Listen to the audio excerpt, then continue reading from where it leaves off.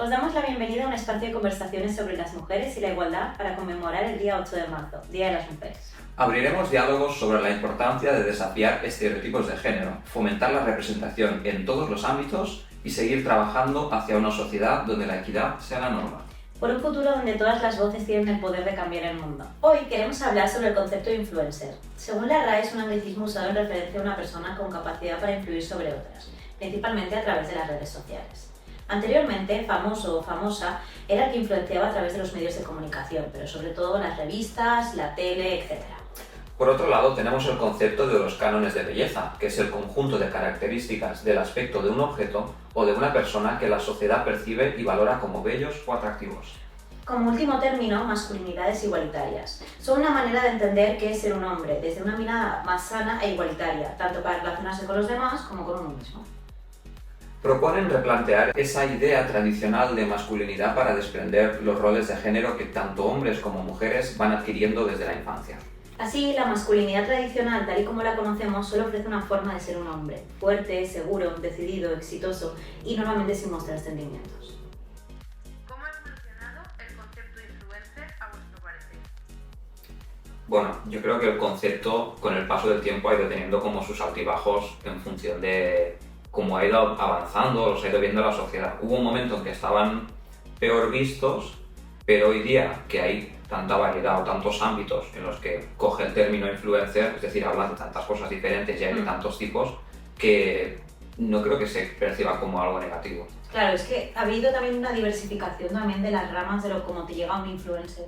Han evolucionado mucho las redes sociales y ahora pues ya no solo encuentras influencers en las revistas como podían ser las gemelas Olsen o algo parecido, encuentras influencers, como dices, de todo tipo, hay influencers hasta de leyes. Y aparte accedes a ellos por diferentes métodos, por TikTok, por YouTube, por Twitch, y al final sí que es cierto que el concepto ha evolucionado mucho porque creo que ahora es como menos... es un concepto menos anclado, por ejemplo, al dinero o al estatus como podía ser antes. Antes las personas que se consideraban influencers eran actores, eran hijos de ricos o hijas de ricos, gente que estaba a la moda, y ahora verdaderamente cualquier persona a la que le guste un juego puede ser considerado un influencer porque ejerce una influencia sobre determinadas personas. También creo que varía un poco en función del género, porque últimamente está teniendo mucha idea negativa y por suerte está cambiando, pero sí que se ve mucho sobre todo las chicas, es que esta chica ha llegado aquí por ser novia de, por ser pareja de o por enseñar mucho.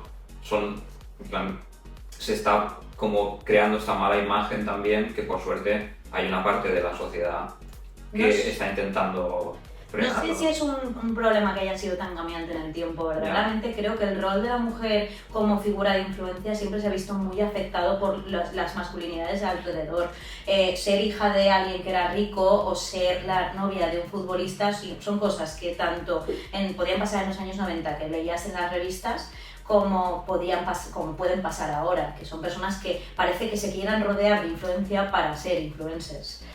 No creo que ese concepto haya evolucionado tanto, pero sí que puede ser que haya una vertiente de personas que ya segregan un poquito más a la persona de la masculinidad que la puede rodear. ¿Siguen estas personas reproduciendo los cánones de belleza del momento? Yo creo que sí. Verdaderamente, aunque sea de forma inconsciente, creo que los perfiles que son más comerciales, más visibles, acaban siempre perpetuando, creo que unos estereotipos de belleza que en muchos términos son inalcanzables, así como un modo de vida que resulte, entre comillas, envidiable. Al final son perfiles que, ya te digo, pueden ser de forma inconsciente, pero que pueden editar sus fotos, creo que reproducen cánones de belleza de delgadez o demás, y creo que estos son los perfiles que son más accesibles, que son más famosos. Que bien es cierto que se pueden encontrar ahora mismo otro tipo de influencers, otras corrientes de movimientos, pueden ser body positive o demás, que tienen pues otro tipo de influencias sobre el cuerpo de las mujeres o incluso también de los hombres, pero creo que el estándar sigue perpetuando unos roles para las mujeres que están muy estereotipados.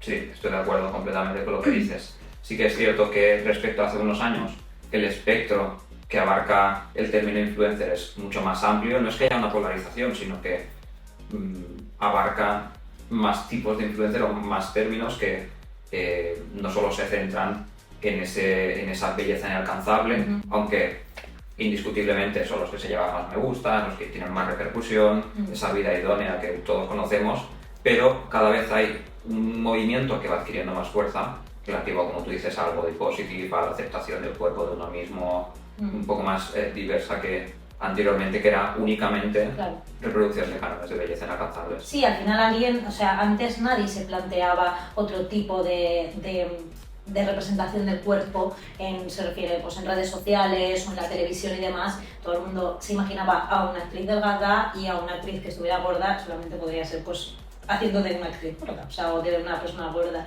Ahora la gente sí que tiene mucha más concienciación también sobre la feminización de los alimentos, sobre incluso mostrar una belleza real. Yo cada vez veo más cuentas de mujeres o de hombres que te muestran una foto sin filtro, otra con filtro, para que veas que las redes sociales no son todo lo que parece. Pero sigo pensando que en global la imagen de una influencer es la que todos estamos viendo en nuestra cabeza, que son los cánones que estipula nuestra sociedad.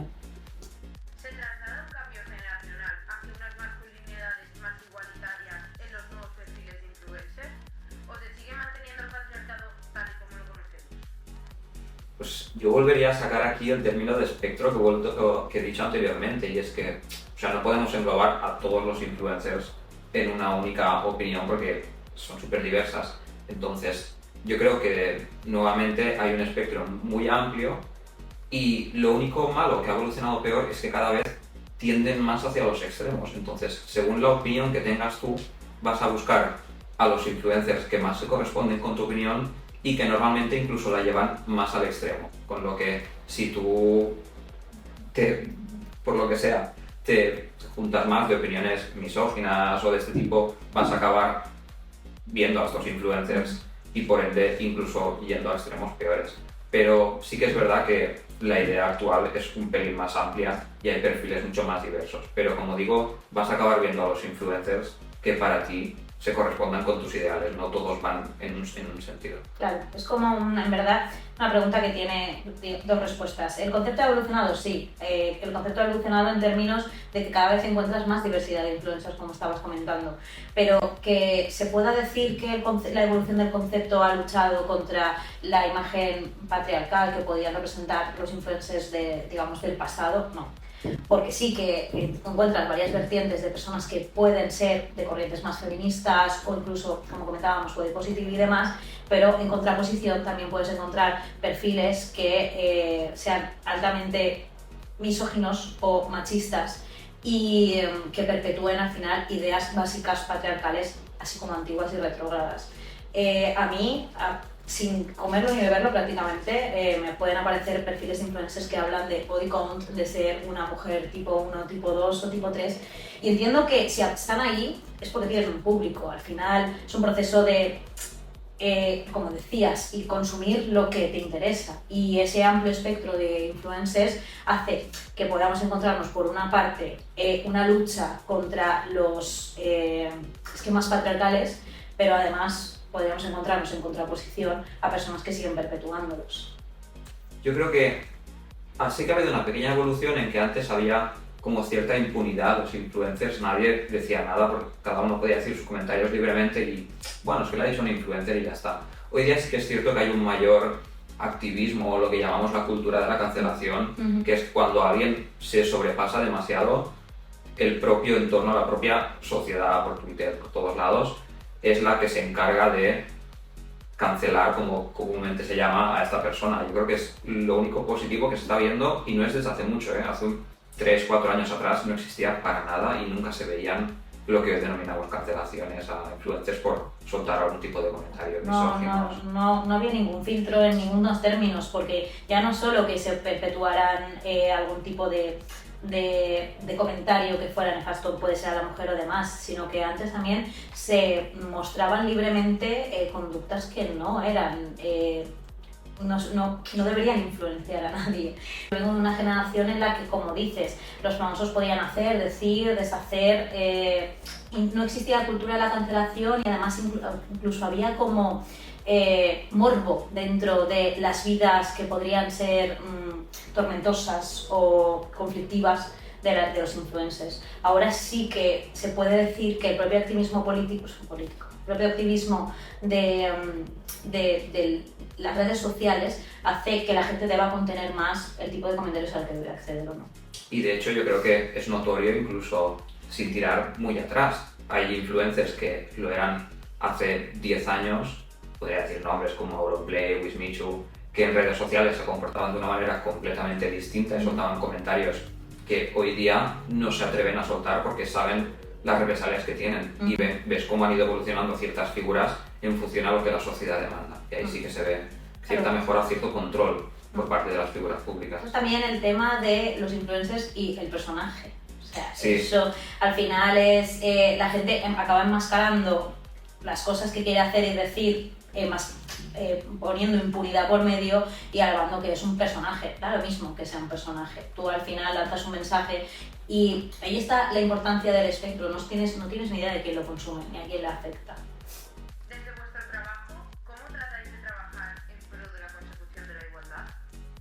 Bueno, desde luego lo que es innegable es que nosotros como consultores siempre intentamos tener un enfoque igualitario, crear equipos paritarios y verdaderamente que en todas las ejecuciones de los proyectos, ya sean entidades públicas o privadas, se encuentre siempre el enfoque de la igualdad.